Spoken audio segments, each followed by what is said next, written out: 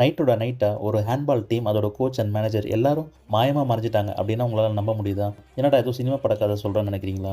இல்லைங்க, இது நிஜ கதை தான். இதை வச்சு தான் ஒரு படம் எடுத்திருக்காங்க. வாங்க அந்த நிஜ கதை பற்றியும் அந்த படத்தை பற்றியும் நம்ம இந்த வீடியோவில் பார்க்கலாம். அதுக்கு முன்னாடி நீங்கள் நம்ம சேனலை சப்ஸ்கிரைப் பண்ணலாம், சப்ஸ்கிரைப் பண்ணிவிடுங்க.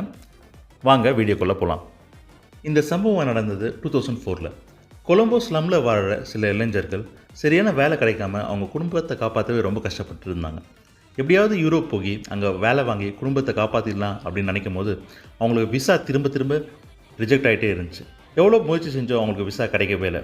இந்த மாதிரி ஒரு சமயத்தில் தான் அவங்க பேப்பரில் ஏஜிஎஸ்சிபி பற்றி கேள்விப்படுறாங்க. ஏஜிஎஸ்சிபின்னா Asian German sports exchange program.